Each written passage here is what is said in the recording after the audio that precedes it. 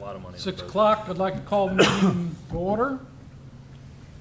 Would everyone please stand and join the Board of Education in the Pledge of Allegiance?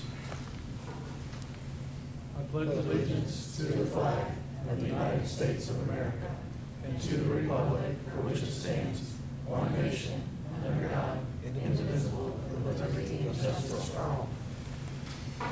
Thank you. Dr. Rice, would you like to review the agenda for us? Yes, sir. After we go over the agenda and review of previous minutes, we will have a presentation from Mr. Beck, District Athletic Director, the year that was and the year ahead. Number 7 will be items for board discussion. We will have a presentation on the status of Ross Intermediate School. We'll go through our updates from our different committees, and then opportunity for public comments.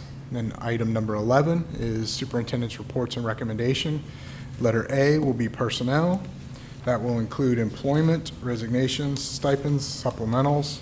And there are a lot of those beginning of the year. 3 pages worth. We have item B is an addendum to an administrator contract. C, the online plan day, which we do yearly. And item D is several overnight field trips for the year.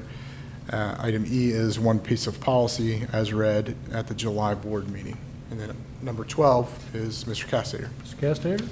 Yep, we have a handful of items tonight, our typical monthly reports, including our investment report from Red Tree, along with our cash summary report, financial snapshot. And we also annually have to approve a commercial paper and bankers acceptances, which is part of our Red Tree investment services. I have to send that to the Auditor of State's office every year, so we're approving that tonight. We do have one donation from the Ross Swim Club that we'll be approving. And then 3 additional items, the CTE resolution, which is a CTE waiver for 7th and 8th grade students. We approve that annually as well. Proposal from SHP for design and engineering services for potential project for baseball and softball dugouts at both the varsity fields. And then a purchase service contract with the Southwest Ohio EPC for some food service management services.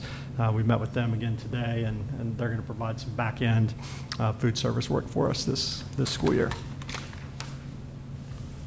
All right. We need a motion to approve the agenda. Do we have a motion for that purpose? I'll motion. We have a motion, second? Second. We have a second. Any discussion on the motion? Hearing none, we call the roll, please. Yes. Mr. Gunther? Yes. Mr. Beckman? Yes. Mr. Kleinfelter? Yes. Mrs. Webb? Yes. Mr. Young? Yes. Thank you. Board members have had an opportunity to look over the minutes from the July 24th meeting. Do we have a motion to approve those minutes? I'll make the motion. We have a motion. Is there a second? I'll second. And a second. Any discussion on the motion? Okay, hearing none, call the roll, please. Yes. Mr. Beckman? Yes. Mr. Kleinfelter? Yes. Mrs. Webb? Yes. Mr. Gunther? Yes. Mr. Young? Yes. Thank you, Mr. Castater. Number 6 for presentations tonight under letter A is athletics, year in review and year ahead. And I'll turn it over to Director of School Athletics, Mr. Justin Beck.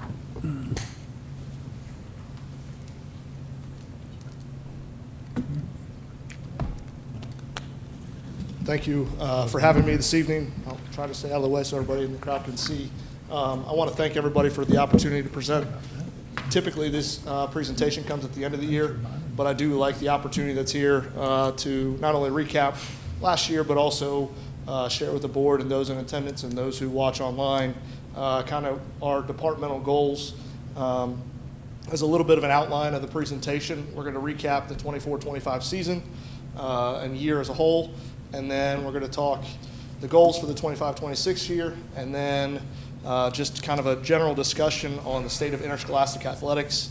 There are a lot of things changing similar to the industry of education and the field of education. It's constantly evolving, and I just want to make sure that everybody, is aware of some of the key things that are coming about. So we'll start, like I said, with the 24-25 season.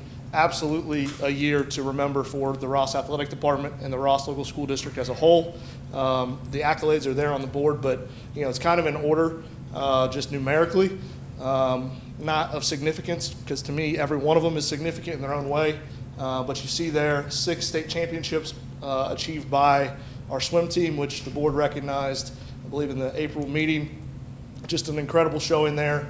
And already talking to Coach Stewart, he's already, talking about this season, which is exciting that our kids are in the weight room already, knowing that the standard has been raised significantly for them, but also knowing that, we still need to celebrate their achievements. And I can't go into too many details just yet, but pending the USPS service getting us what's coming, we have some celebrations coming for the state champion swimmers here in the coming days. 5 league titles, you see those on the board.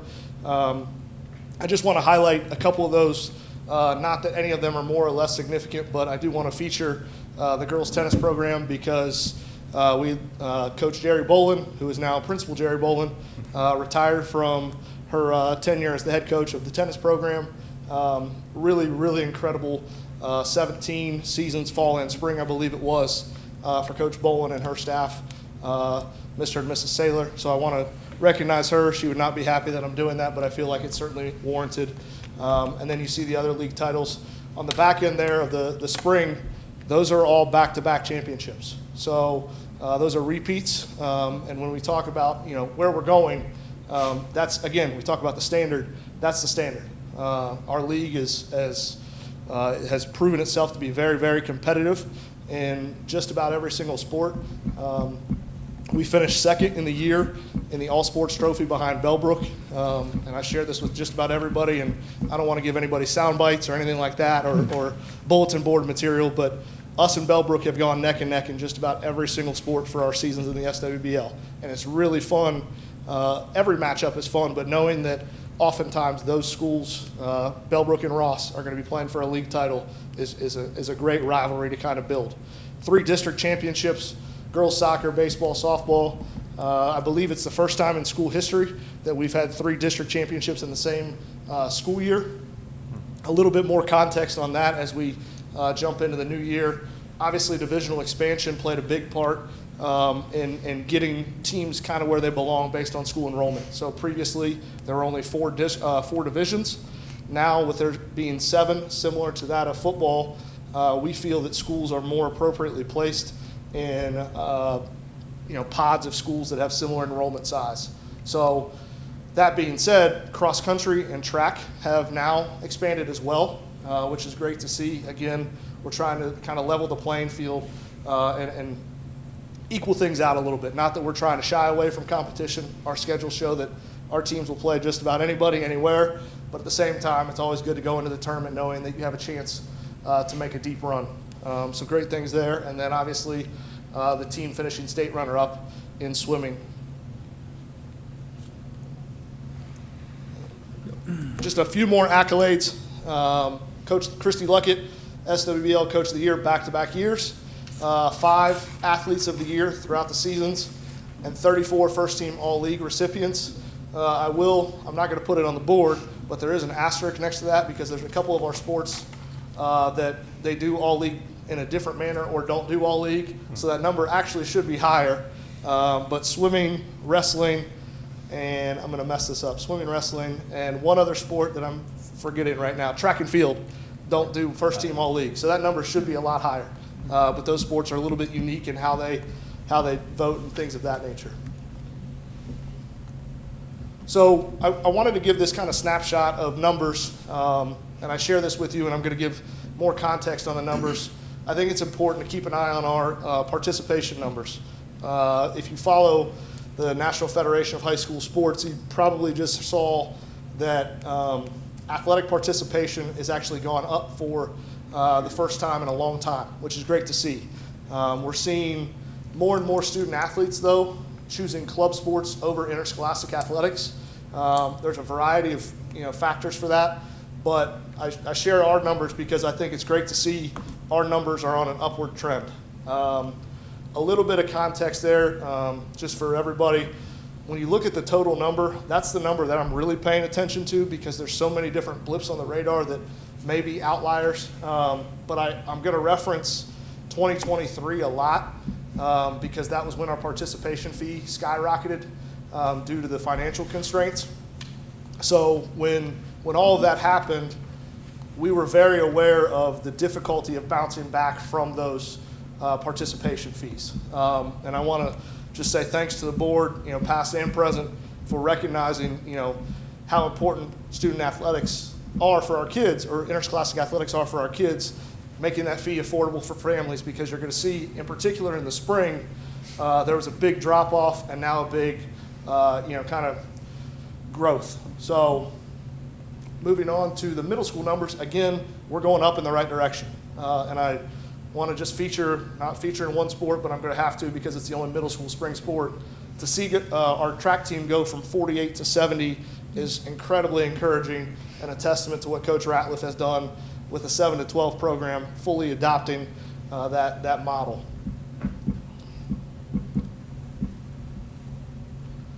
Just a couple things that we'd like to share with everybody, that we're doing good things in our athletic department. We served as the host for those events you see listed before you. The reason those things are important for us to talk about is it speaks to the type of people that we have in our athletic department and the operations that we run. Not everybody's chosen to select those games or to host those games, but the Southwest District has chosen us for a number of reasons: operations, the people that we have night in and night out, some of our facilities, the way they're executed and utilized. And I'll just touch base real quick on the football game. There was a lot of chatter about how we weren't equipped to host that game.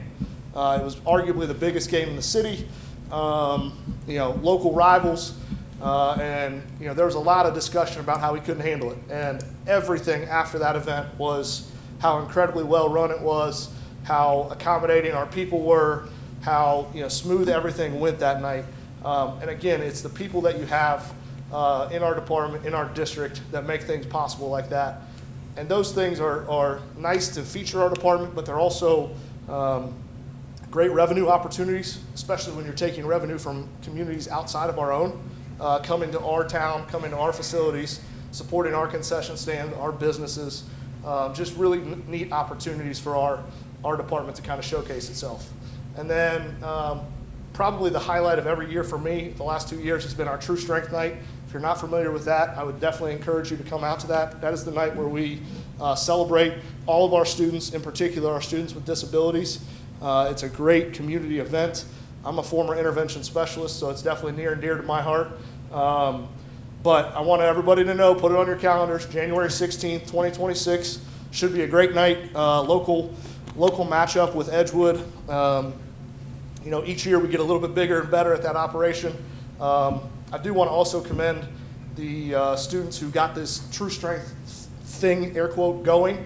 It started right here at Ross. The first True Strength night was at Ross. The organization has roots at Lakota West with Jordan Hicks, but we were the first event, and it was much to do because of Mrs. Rudolph, Mrs. Miller, and Mrs. Capisser's efforts with their students to pull that night off.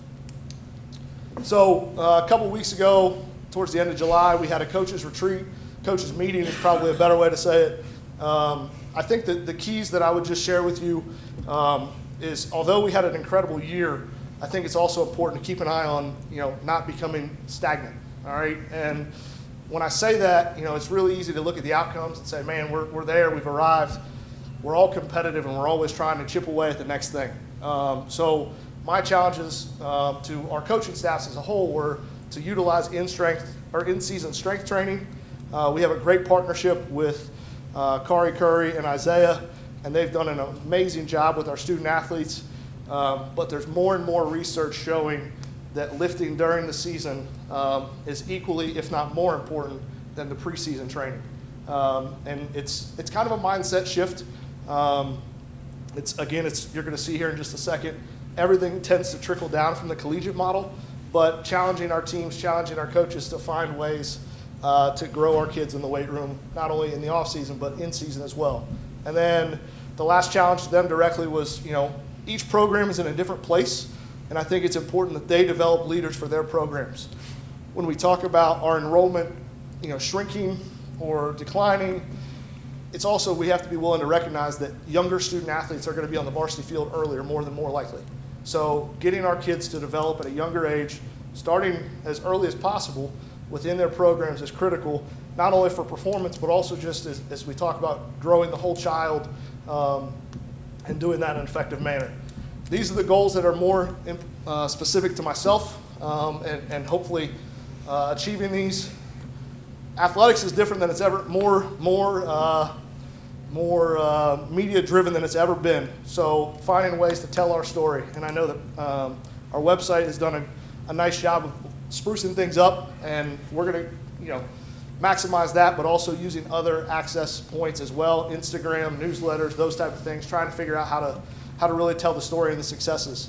And then finally, you see they're just kind of navigating the financial uncertainties as we talk about, the school funding model, and I'm sure Mr. Castater's thrilled to talk about this, but the uncertainties that our legislator always gives to us makes it really, really difficult to stay ahead. But trying to work creatively and responsibly to modernize the athletic department and keep up with the new era of interscholastic athletics.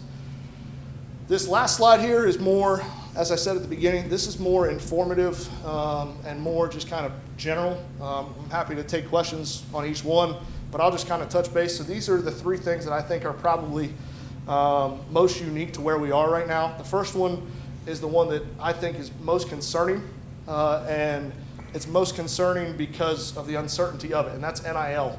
If you're familiar with that, that's name, image, and likeness.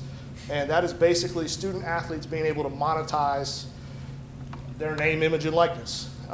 It's hit the college model, and you see it every single day. Somebody is in an issue because of that. Well, that's coming to high school. 41 out of 50 of our states have already adopted this NIL model, and it looks different in each state. A couple years ago, it was presented to Ohio, and it went down in flames because of what was presented. Now that West Virginia has just adopted it, they're the most recent state to adopt it. We are now, us and Indiana are the only two Midwest schools or states that don't have NIL. I predict it's coming in the next year. I think it's going to be on the ballot in the spring for OHSAA, and if it doesn't go through with OHSAA, I think legislative interference will probably take place. So it's really important that we're keeping an eye on that. And all three of these things kind of go together. The next one, obviously, is the voucher system, which we're all very aware of, the school choice system. I'll say it as bluntly as this. Parents are making decisions about their schooling, their child's schooling, in a way different fashion than ever before. There's so many different factors. And with the voucher system and all these different things, parents are choosing school not exclusively based on education. And there's a lot of factors, but the voucher system has certainly made it easier for people to consider different options, schools with tuition, et cetera. So I think that's important to keep an eye on. And then we always talk about this. High school is about 5 to 10 years behind the college model. So if you look at NIL, we're about 5 to 10 years behind, but also if you think about facilities, it's always a chase. It's always a chase to have that next thing, and obviously we don't have the monies that the collegiate athletics do. However, those are the things that parents are talking about. Uniforms, that's probably honestly been kind of passed up by the other two. Oregon kind of changed that back in 2008 when Phil Knight got involved, but that's kind of changed. And then programming, when you're talking about the strength program, which again, I want to give a shout out to Isaiah and them. They've done an awesome job, but those type of things above and beyond are very much on the forefront of the conversations when parents are choosing where their student athletes are going to enroll for high school. So that, I can take questions, but before I do that, I just want to make sure that these people are publicly thanked. When we talk about the operation and makes it go, those are some of the key people, and I'm sure I left somebody out, and this is why you're not supposed to put names, but I did it anyways because I thought I got everybody. So everybody probably knows all of these folks. They do an amazing job, and they make Ross Athletics really proud and look really good operationally. And then last but not least, another list of thank yous, and I do it somewhat poetically or intentionally. All of this is because of our youth organizations. I'm a firm believer in the K-12 educational model. I'm a firm believer in playing, where you live, community-based sports, and keeping kids in our youth local is critical, and we have some of the best around. So with that, I guess I'll open up for questions if there are any, or turn off my mic and get out of the way. Well, Justin, I just want to make a comment. The increase in participation is kind of awesome considering we don't have the enrollment numbers up there. Right. But our enrollment's going down, but our participation, student athletes going up. That's a good problem to have. But the NIL thing bothers me. I think transfer portal, NIL have ruined college sports. I think it's become, and as that trickles down, I know there's 40-some states that are doing it. It got killed by the principals voting the last time. Like I said, I think, what are your challenges and concerns with that particular, How long do I have? I mean, throw it out there. Yeah, no, Vouchers, I too. think, What's NIL look like at the high school level? well, I'll start there. So that's probably the biggest barrier to answer the question is nobody knows. Because of those 41 states that have it, there's probably 20 to 25 different models within those 41 states. And I'll just go back to Ohio. I was talking to somebody before the meeting. The proposal that Ohio had 2 or 3 years ago was that the athletic director would become the agent for these student athletes, to where we would be the agent and executor for these contracts. And Justin's like, He's like, I want to do that. I'm not an agent, but also I think, to your point, Mr. Kleinfelder, I think, I would say one of the biggest challenges here in particular is NIL is only as good as your commerce, right? It has to come from somewhere. The money has to come from industry. Yes, there are private donors, but the reality is most of them are, tycoons in some sort of industry. And obviously Ross is a smaller community with not a ton of commerce. So that certainly is a barrier. But I also think when we talk about, and I think you used it, so I'm glad you used it first, and I'm going to air quote you here, when you talk about the transfer portal at the high school level, the toys are what sells, right? And I hate it. That's not what it should be. But the investment in facilities, the investment in infrastructure, those are what parents are making decisions based off of. Because as you saw at the beginning of the presentation, we're performing. We're performing. We're winning titles. We're winning districts. And, oh, by the way, we're the best school in Butler County. So if we're winning championships and we're performing at a high level in the classroom, which we're doing both of those, there has to be something missing. And I think a lot of that is that modern era of 20 years ago, nobody probably would have made a decision based on athletics or the extras in athletics. And now those are the things that are selling. So I know that's a roundabout answer, but I think the Oscars music is playing in the background that I'm supposed to quit talking. So What's the status of our league at this point in time? so this year we have added Talawanda to our division, which brings us to 6, and Dayton Christian is the 8th school on the other side. So that puts us at 14. Dayton Christian and Talawanda, they will be full members in 2027. Right now they're in everything but football because the football contract cycle is about 4 to 6 years out depending. They weren't able to join in football. So we are in a very good place adding Talawanda again. That should help you scheduling wise, right?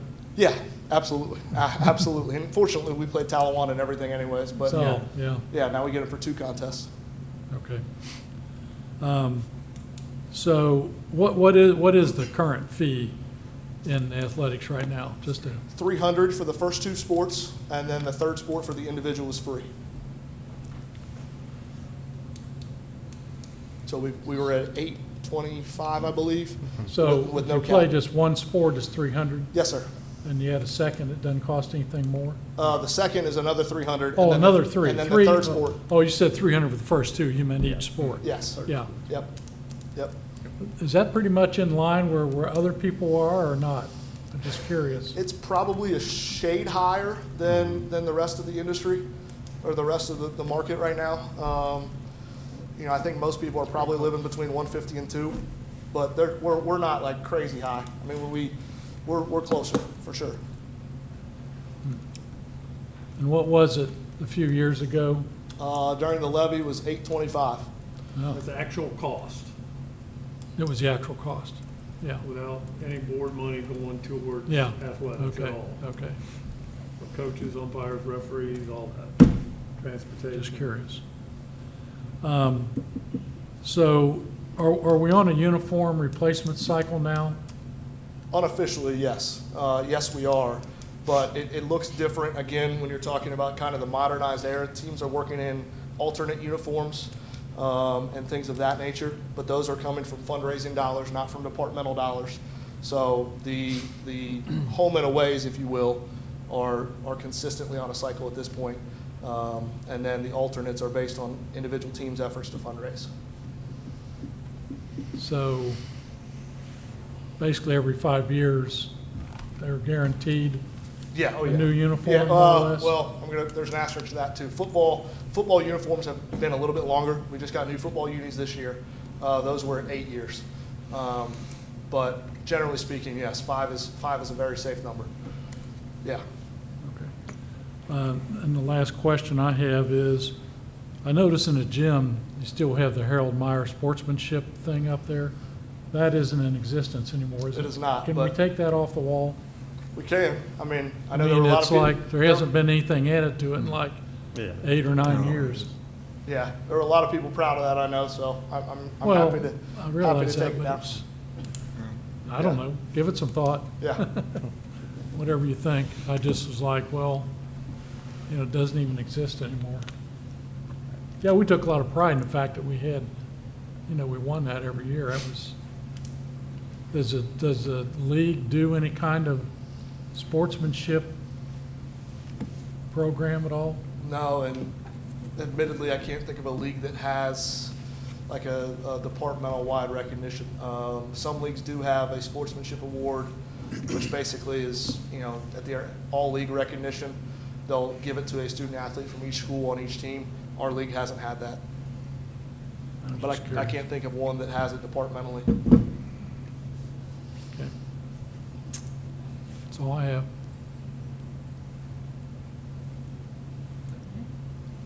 Thank you very much. You did a thanks, great job, Justin. and we thank you. appreciate, you left yourself off that list of thank yous up there, and believe me, the athletic directors put in a lot of time. And I hope that you're leaving time for your personal life as much as you're able to. Yes, I know, especially in the fall. Well, thank you very Justin. much. Yeah, thank you for, Thanks, Justin. thank you for saying that, Mr. Young. We do need to commend Justin. Justin's 7 days a week, and I don't say that in tongue in cheek. There were times last spring where, with my little guys, ball field wasn't playable, and I would text Justin, and yeah, I'll be right up. I'm actually in the office anyway. I'll unlock that gate. I'm like, it's a Sunday. You're supposed to be home.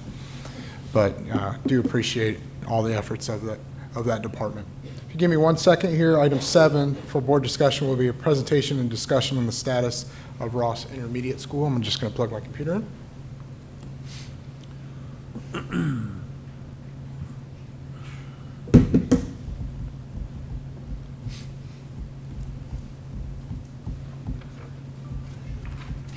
There it goes.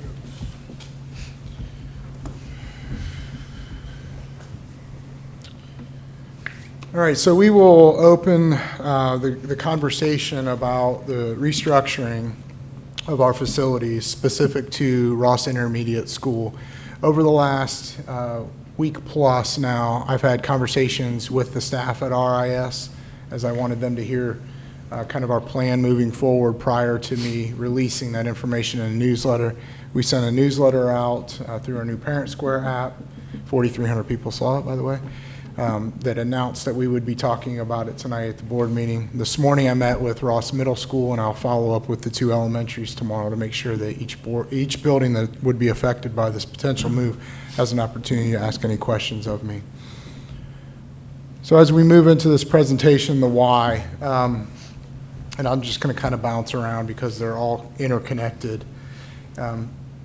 Simply put, development is not happening in this community, and our population is declining, and I'll show you some of those statistics here in a bit.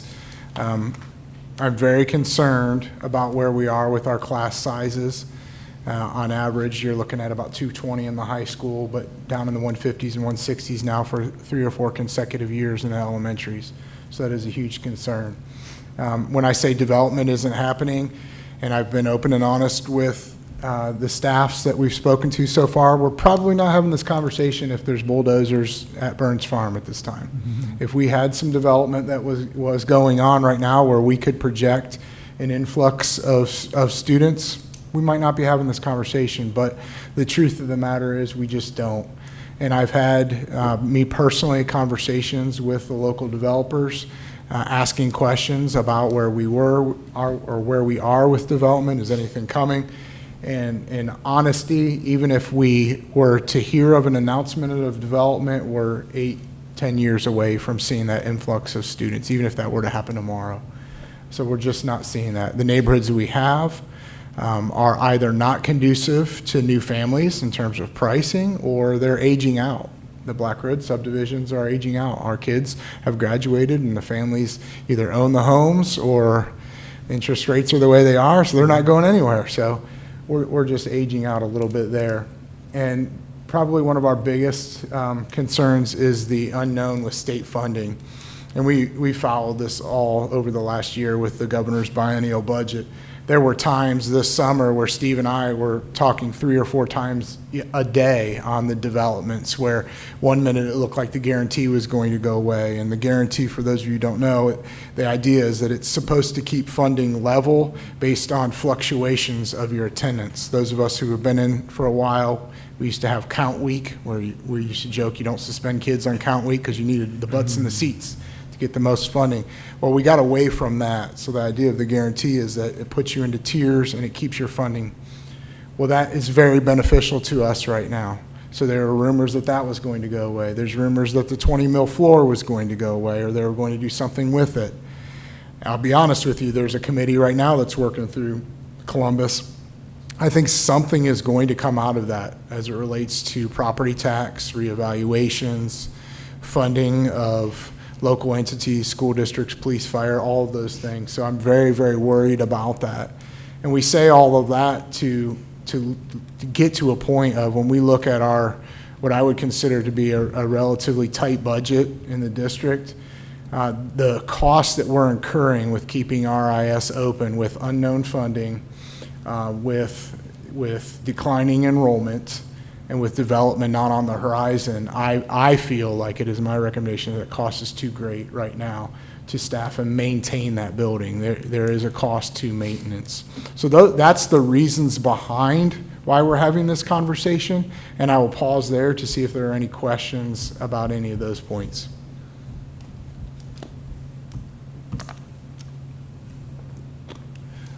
So I provide you some class data, and you know, data's data. You can go as far and you can kind of tell your story however you want to tell it. I did every other year going back so you could see populations, and I tried to color code it so you could see like the far ends, right? The elementary 1st through 3rd, and then the high school 9 through 12. You know, if you look at where we are now, just in the last 9 years, we're down about 400 kids, 330 kids. And Steve actually has some information on ADM. I don't know if he'll talk about it with his cost slide. But very, very, very concerned with that. You can see across the board in the high school, you're looking at 200s, and then the elementaries, you know, getting smaller and smaller and smaller. So very, very worried about that. Yeah, questions or comments about that? Our kindergarten numbers, I didn't go with kindergarten numbers because those are a lot of times skewed, because we don't offer half-time, or we don't offer full-time kindergarten for everyone. So some families make the choice to send their kids elsewhere for kindergarten and then bring them back. Kindergarten numbers are always late arriving because people realize school started and then they're getting kids enrolled. Right now, we're at about 155 kindergartners. So kind of consistent where we've been.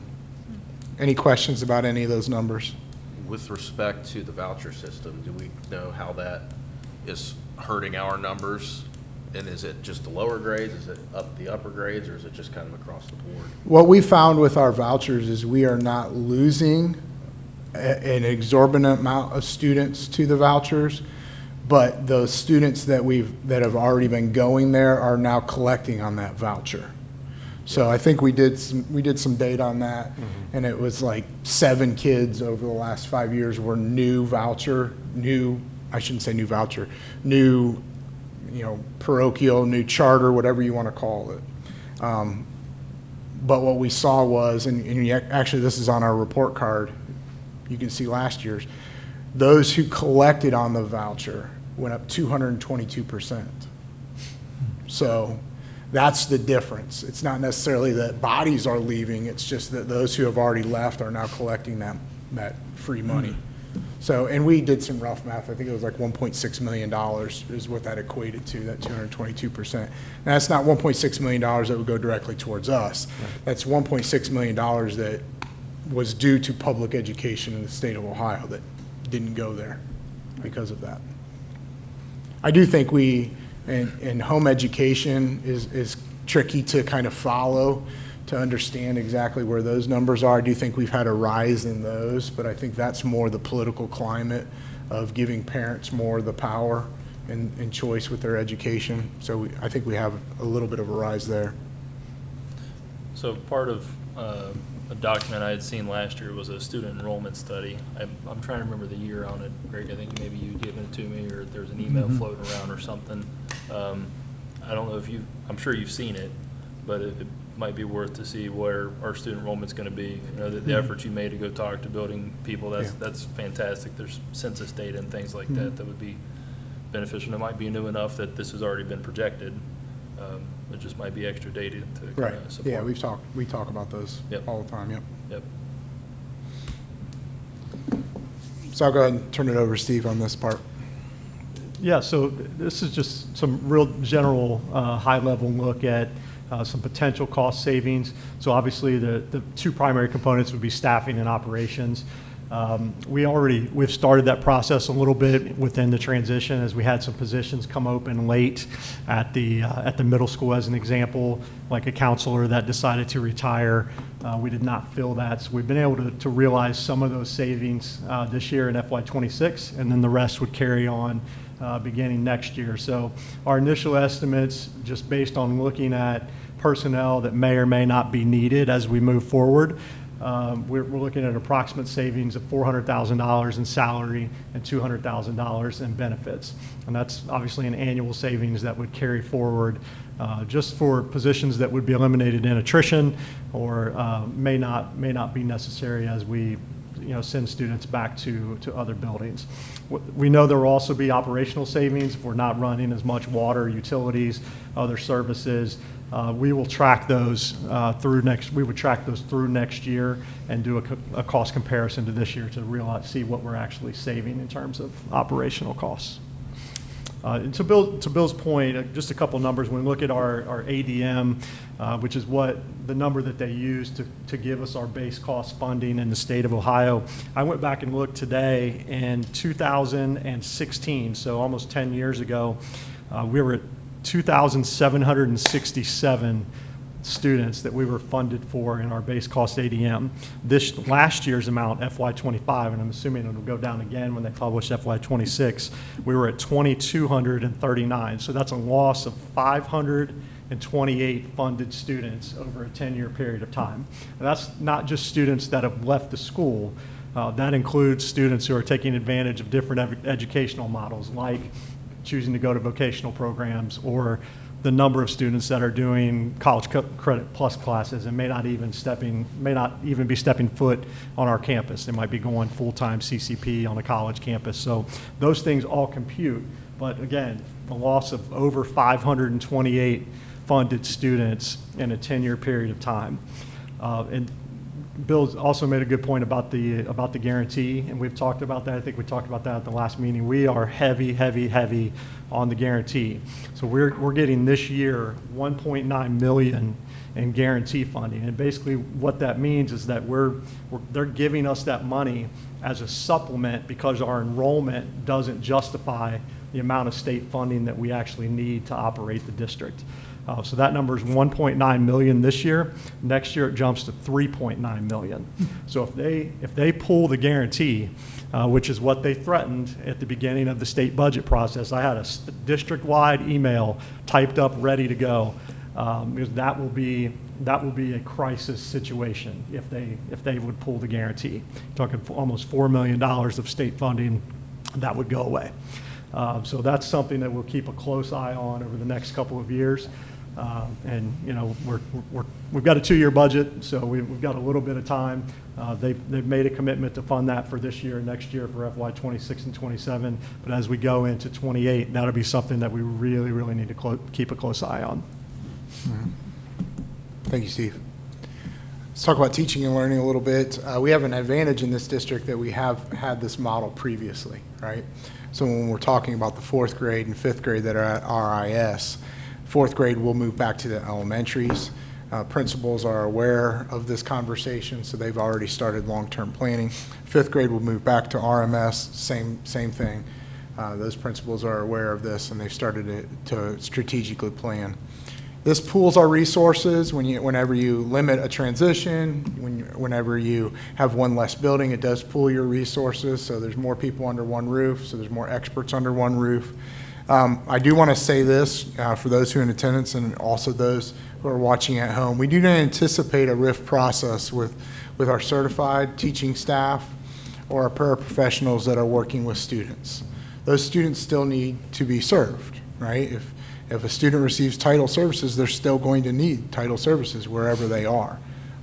If a student has a one-on-one aid, they're still going to need a one-on-one aid. We're still going to need science sections. We're still going to need math sections.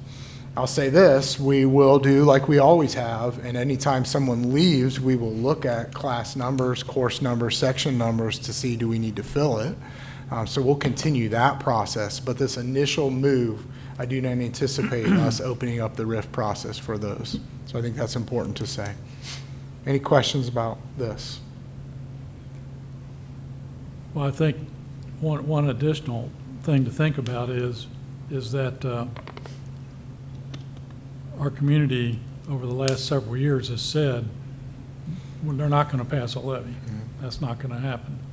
And, you know, if we need additional funding, it's not coming in the form of any additional levies. On top of that, we've got recent releases from the Butler County Auditor's Office that has said that the we're coming up on a reassessment year, and the reassessment, they're saying that property taxes are going to go up again in Butler County because of the 6-year reassessment is coming up. And I'm like, wow. You know, if that happens, there's no way you're going to get any kind of a levy passed if property taxes go up again as a result of the reassessment. And then you add to that we've got this movement to get on the ballot that elimination of property taxes, which has got some legs in Ohio. We've got a group that's trying to get that on the ballot, the total elimination of property taxes, period. So, you know, as you were saying, uncertainty, it's, you know, we've got to really be guarded about what we're doing. Right. It is trying times. And as I say over and over again, I'm unapologetically pro-public education, but in our role, we have to be the champions of the community's money. And I think this conversation is needed to show that we are good stewards of the community's money. Again, if development was happening, if the population was not decreasing, I think it's a different conversation. Continuing on, what about the building? I do want to acknowledge, and I know that this is going to be a hot topic in the community. The community has invested in RIS. I recognize that. The district has poured money into that building. I recognize that. So I'm going to be open and honest with that. It's a great building. It's got great learning spaces. So we are exploring, we've got a meeting on the books for next Monday. We're exploring partnerships with other entities about how that building could be used. So how could we recoup money, potentially in utilities or rental agreements? but also how can we make use of that building. And I don't want to say too much about that, but my hope would be by the first of the year, we will have a concrete plan in front of the board for how we could use RIS if we choose to go down that path. Consolidated District Office, we will move the enrollment in EMIS office back to the RIS building. I've already spoken with those ladies. They're excited about that move. We're going to look at a space and call it a welcome center for our families. Right now, too much of the enrollment process, in my opinion, is done online. I would like to have folks coming in, sitting with our people, helping them through our various platforms, so creating a warm and inviting space. And again, we'll have those spaces now available if we make this move. Staffing, so teaching, we talked about that. We don't anticipate any rifts in there. Special teachers, I think, will like this. They're all over the place right now, right? Music, PE, art, bouncing around, some up to 3 different buildings. We anticipate that this will eliminate the need to travel, so they'll have a home base and stay there. Paraprofessionals, again, our kids need the support, so we're going to continue to offer those supports. Where are the cuts coming from, right? So where is that $600,000 that Steve mentioned? It's in administrative costs, it's in food service, it's in custodial costs, and I recognize through my research that a lot of these things when RIS was proposed were not talked about. There was talk of a custodian would come from this building and that building, but since the building is open, those things have been added. So that's where that cost comes from. There are 2 custodians, 2 office personnel, an administrator, guidance counselor to the middle school, those sorts of things. Another added bonus is right now we have nurses shifting around. We will have a nurse in each of the buildings. Our population, I had a conversation with Ms. Turco this week. Our population absolutely dictates that we have a nurse in each of the buildings. So I think that will be a win for the community as well. And again, some of these moves we've already started working on. It's not a secret. I say this conversation is the worst kept secret in Ross. But what we've done with the guidance counselor position, what we've done with Mr. Rettinger, I anticipate he says, just use the word anticipate. Mr. Saylor will be retiring this year. He's not ready to put it in paper yet, but he did stand up at convocation. I don't know if you guys saw that. So we're going to be able to recoup some costs in that as well. Next steps for me, we throw the word transparency out there a lot, but as I've stood in front of staffs in front of the middle school this morning, I want to answer all the questions that are out there. And I realize that to a large degree, I own this decision, I own this recommendation. So I'm putting myself in front of the staffs. Again, met with RIS last week, the middle school list today, and I'll meet with both elementary staffs tomorrow morning. And that's just an opportunity for me to kind of walk through this, the reasoning, the planning, the next steps, and then allow them an opportunity to ask questions.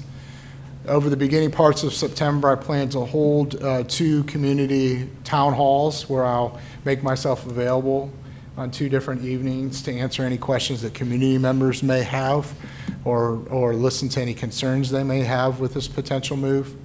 We'll come back to the September 18th board meeting, and I will report out all the feedback that I've received from the community, from our staff. And then once you've heard that feedback, if the board is so inclined, we'll make a decision at that September 18th meeting. If there's something that the board is tasking me with, going out and gathering more data or more information, I'll do so at that time. But once we have made a decision, or if the board makes a decision to take action, the nice thing about having this conversation in August, September is it gives us a year to really plan with our staffs and make sure that teachers and what building they're going to, it's going to their strengths and to what the buildings need and what the students need and what they need. So we'll have then a school year to make all of those decisions ahead of us. And that's all I have this evening. Is there any questions from members of the board? Just a comment. I think to your point, I think it's a very difficult conversation to have because as a community, as a district, we have poured a lot of time and money into that building. So I think it is it is a difficult conversation to have, but again, I think also to your point, we do need to be good stewards of the money, and I think this is definitely something that needs to be looked into. And I've shared with RIS staff, they've heard me say this a couple of different occasions. I've seen, we're blessed with having our offices in that building. I've seen the culture that those folks have created. I've had my boys go through there. I have to take, in my role, I have to take the emotional aspect out of it, because if it was just an emotional decision, it would be a no-brainer to keep that building open. That staff loves each other. You can feel it every day.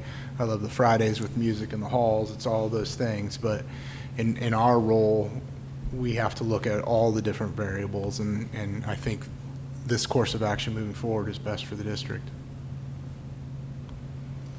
Thank you very much. It's a great presentation, and we appreciate you taking the time to think through this and present it to us.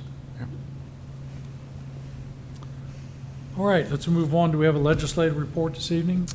We do. Not a whole lot has happened since the last school board meeting. We've just had one new bill that's introduced. It's House Bill 394. The bill will establish a student choice grant program. It provides grants to students enrolled in private, nonprofit institutions of higher education.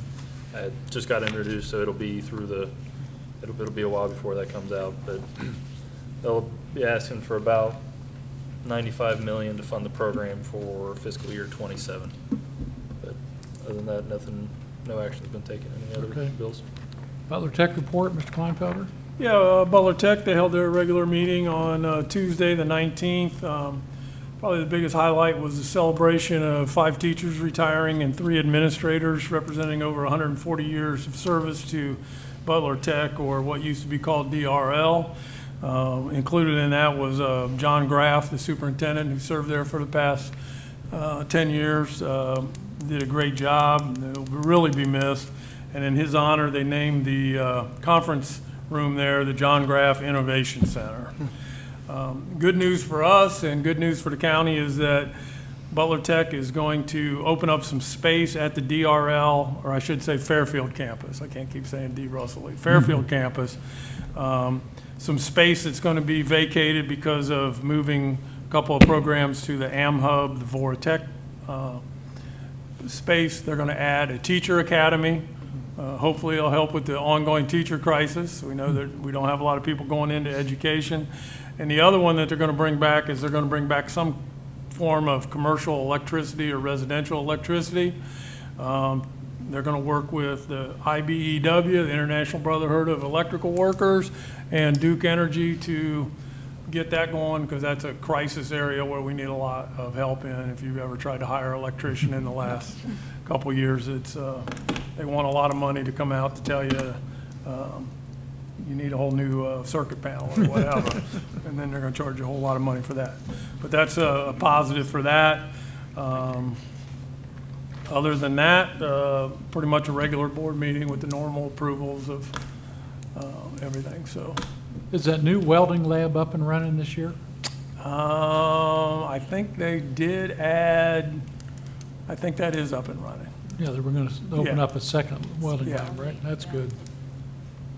They also got kids that, I don't know if I've mentioned this before, they got there's a new law where kids can go to adult ed during the day and go down to that campus, which is right down the road on the Raper facility there. Mhm, right. I forget the name of that campus. There's so many The campuses. Swordsville? The Swordsville campus. Yeah. They have a welding program there that some kids are taking advantage of early evening or Oh. after the regular school day. They've got a few spots there, so, but they're working with adults in that building, but it gives them some opportunity. Welding and precision machining, another area that is in great need, and anybody that goes through that, they can make some pretty good money. Probably more than your high school teacher's making by the time you get out. All right. Thank you very much. All right. Did we have any? We did not. No public comment tonight? All righty. So, we're ready for the superintendent's. Are we going to block all those items together, Dr. Rice? If you guys are comfortable with that, yes. Okay. So Under- we'll take the superintendent's reports and recommendations, all of those items. Do we have a motion to approve the superintendent's reports and recommendations? I'll motion. We have a motion. Is there a second? I'll second. And there's a second. Any discussion on those items? Okay, hearing none, would you call the roll, please? Yes. Mr. Kleinfelter, Yes. Mrs. Webb, Yes. Mr. Gunther, Yes. Mr. Beckman, Yes. Mr. Young. Yes. Thank you. Moving on to the treasurer's items. Yep. I'd also like to block letters A through F together into one vote. Okay. Do we have a motion to approve the treasurer's reports and recommendations, items A through F? I'll motion. We have a motion. Is there a second? I'll second. Okay, we have a motion and a second. Any discussion? Okay, hearing none, go ahead and call the roll, please. Mrs. Webb, Yes. Mr. Gunther, Yes. Mr. Beckman, Yes. Mr. Kleinfelter, Yes. Mr. Young. Yes. Okay. Let's go around, see if the board members have any comment. Mr. Kleinfelder, anything? Hope everybody's having a good start to the school year. Really like the new carpet in here. Jazzes the place up a little bit. And that's all I have. Okay. No, again, I think we're off to a great year and much success to all the students. Yep. Thanks, Bill, for putting that together. I know there's a lot of assumptions that get made when people don't speak out in the transparency thing. It was one of the reasons I ran. I know that, that last levy that went through probably hit harder than anything I've had to deal with before. When you see family members and community members make statements about not loving your kids if you don't vote yes or no for the levy, it really hits home. So when these decisions get made, this isn't just we're looking at from one facet. We're looking at it from every angle. We want, as a whole, as a community, I don't want to go through that again. So it's one of the reasons I ran. It's one of the reasons I'm here. I didn't come into this position to shut it down. That was not my intent. The intent was to go through this process exactly that Bill's going through, and the administration, everybody else making tough decisions. So a community doesn't spread itself apart, tear itself apart. So just want to say thank you for that. Okay. Mrs. Webb, any? Like I'm repeating myself. No, I just want to, Justin, I want to thank you for providing us with the highlights from last season, and hoping that we continue to have the success that we have, and really appreciate all your work.